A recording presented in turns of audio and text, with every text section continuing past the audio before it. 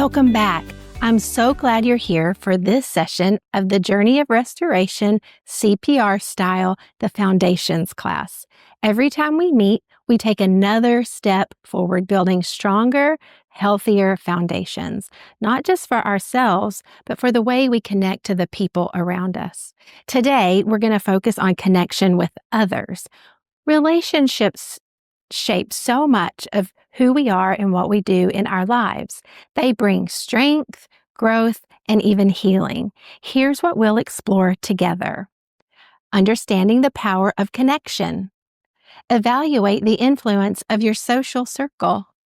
Recognize the importance of setting healthy boundaries in relationships. Embrace forgiveness as a key to personal freedom. Relationships aren't always easy, but they're worth investing in. As we go through today's session, I invite you to reflect on connections in your life, where they bring strength, where they need boundaries, and where healing might be needed. Let's get started.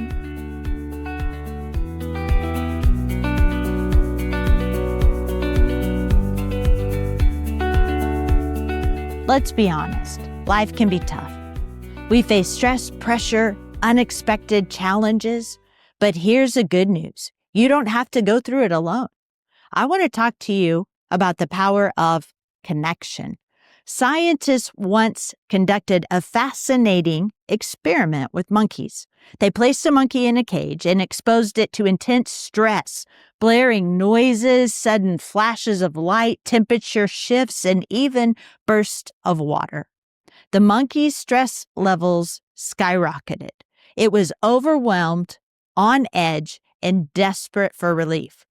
Then they made one simple change. They didn't turn off the noise. They didn't stop the chaos. They didn't remove the stress. They just simply put another monkey in the cage. And just like that, the first monkey's stress levels were cut in half. Did you catch that? The struggle didn't change, but the presence of a companion made the difference. That's the power of connection. It's not about finding people who can fix your problems, and it's not about you trying to fix theirs. It's about having someone who will simply be with you in the middle of it all. Because we were never meant to do life alone. So who are you walking with? People, a lot of times they'll come up and ask me, do you think I will be a success? And I always tell them, I like to look at what I consider the three most important factors in your life: who you spend time with, what you invest your time in, and where you pour your resources. The people around you shape your direction, whether you realize it or not. So here's the big question. Are you surrounded by people who lift you, challenge you, and help you grow? Or are you surrounded by people who drain you, distract you, and pull you away from what you're called to be? Because here's the truth. Birds of a feather flock together. This can be a hard reality to think about. Your friend group or even your family members who you're around could be hindering you. Something critical to consider is, in relationships, who's shaping your brain? Are all of your relationships in the right zone of trust? Not everyone deserves equal access to your time, energy, and emotions. We love everyone, but we don't have to spend equal time with them and give them the same level of influence in our lives. The more unhealthy the relationship, the more they should fall out of your inner trust zones. Imagine this. A 7-year-old comes up to you and asks for the keys to your car. Would you hand them over?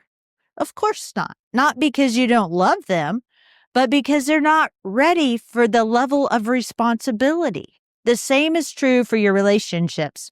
Some people simply aren't ready for the responsibility of being in your inner trust zone.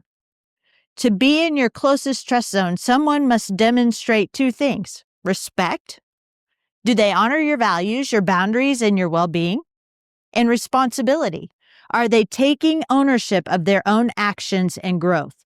If someone doesn't show both, They should have less access to your time and your emotions.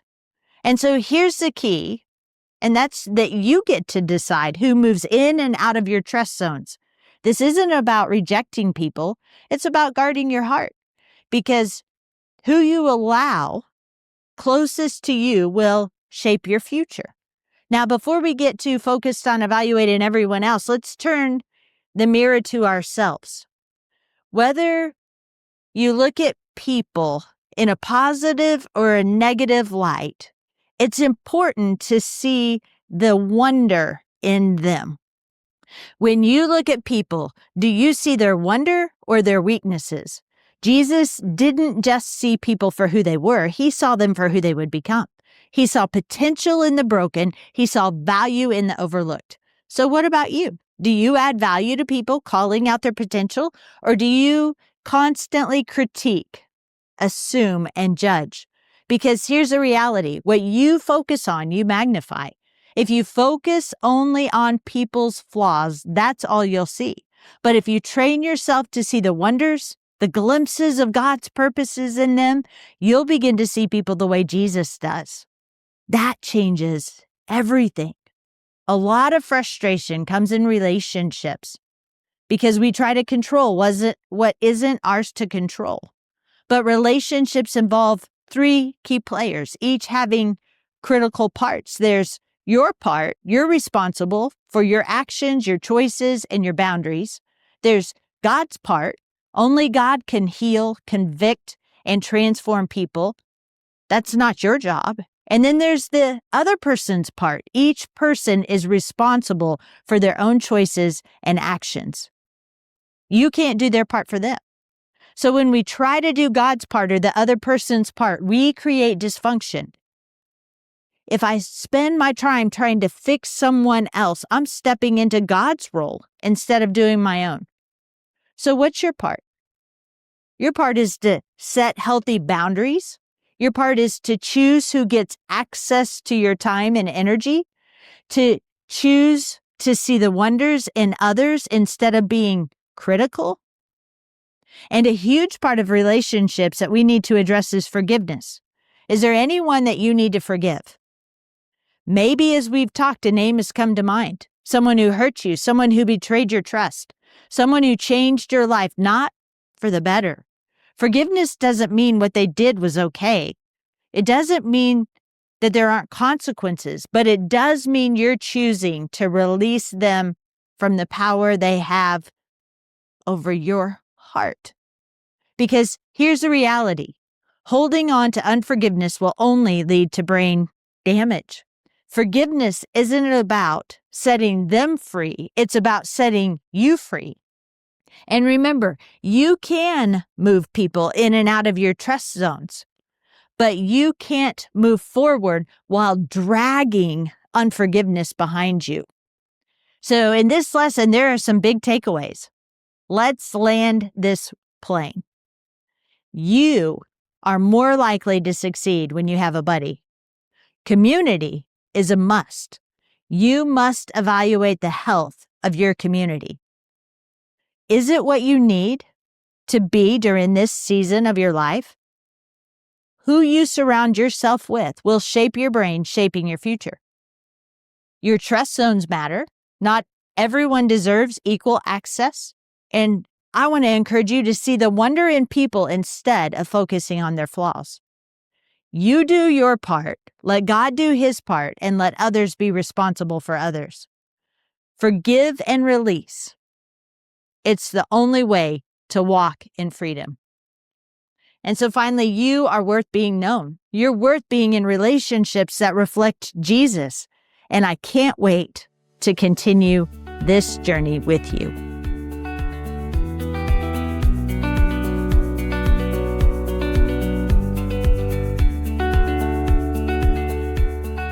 On my way home from Oklahoma after this life-changing encounter with God, I knew that I needed to find community, no matter how small, for support and to go on this journey with me. As the saying goes, birds of a feather flock together, And I knew that if I wasn't intentional about this, I would fall right back into the old familiar patterns and my way of life. So I invited 2 friends to meet with me on a weekly basis to go through the Journey of Restoration course. I was already in relationship with these women, so there was a certain level of established trust, and they agreed because they cared about me and they knew I was in crisis. Fortunately, they were believers too. So we would meet and we walked through the course together, processing honestly, praying together through it. And for this was actually the first time in my life that I had had friends who I prayed with. And we'd text each other encouragement and we'd push each other towards Jesus. And I really started realizing how important this is. We've all got wonderful friends that we have a great time with, but we need people who are just as passionate about Jesus as we are, who are going to pick us up when we fall, and they're going to lift our eyes when we get shaky in our faith. We're not meant to go it alone. And let me just say this. Sometimes we're sort of nervous about being too known, because maybe that'll come with accountability, or maybe we don't want to share our business. But if you don't have a community, you are missing out. We are created by a relational God, and community is one of the most beautiful blessings God gives us. It is so much more fun to follow Jesus with friends.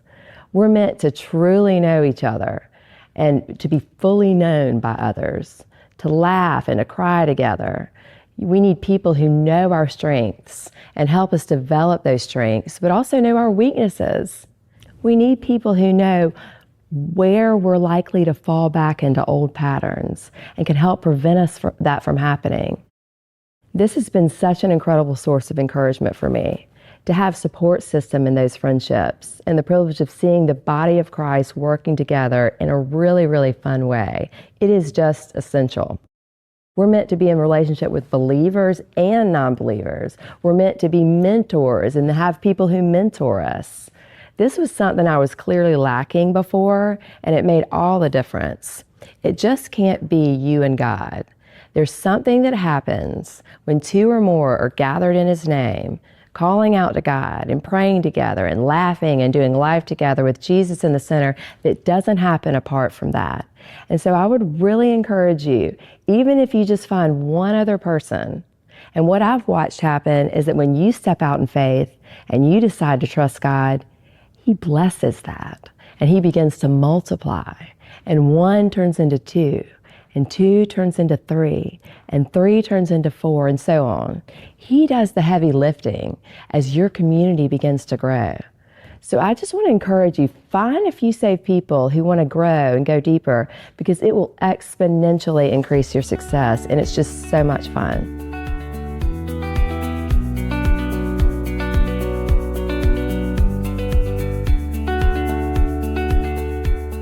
Today, we're focusing on something that impacts our emotional, spiritual well-being every single day: trust zones. We'll explore the relationships in our lives and how we trust others with our hearts, time, and emotions.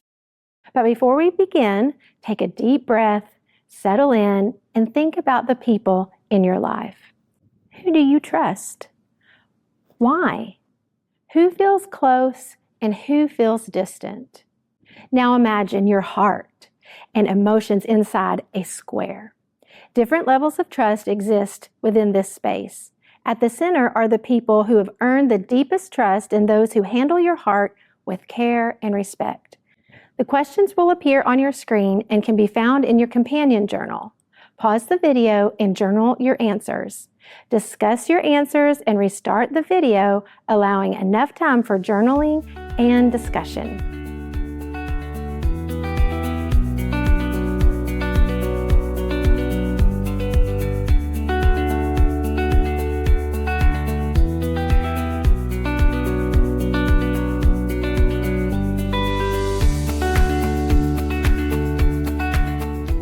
I hope you had a good, rich, and maybe even challenging discussion during your open up time. One thing to remember, boundaries aren't about shutting people out. They're about creating healthy relationships where trust can grow. Protecting your heart allows you to love more deeply and fully. Take a moment to consider what steps you will take after today's session to build stronger, more supportive relationships. Thank you for being here, for showing up, and for investing in this conversation. Trust takes time to navigate, but you're doing the important work. Take care, and I hope you look forward to the next session.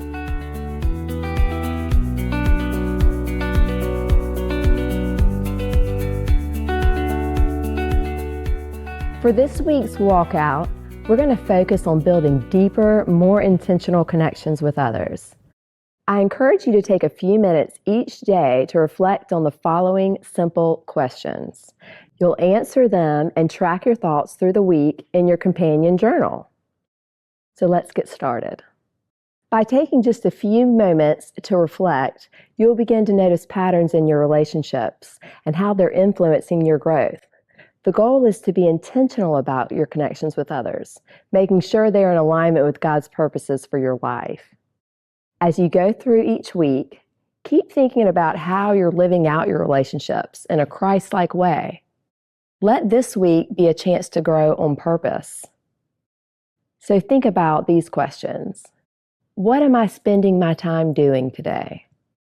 Think about the activities you're engaging in. Are they helping you connect with others in a meaningful way?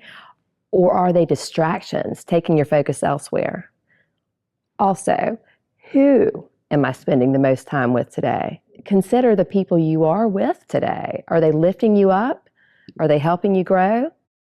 Who are you investing in? And who's investing in you? And finally, who can I connect with today that will support my growth? Reflect on the people in your life who encourage you to be your best self. Is there someone you can reach out to for support or perhaps offer support to today?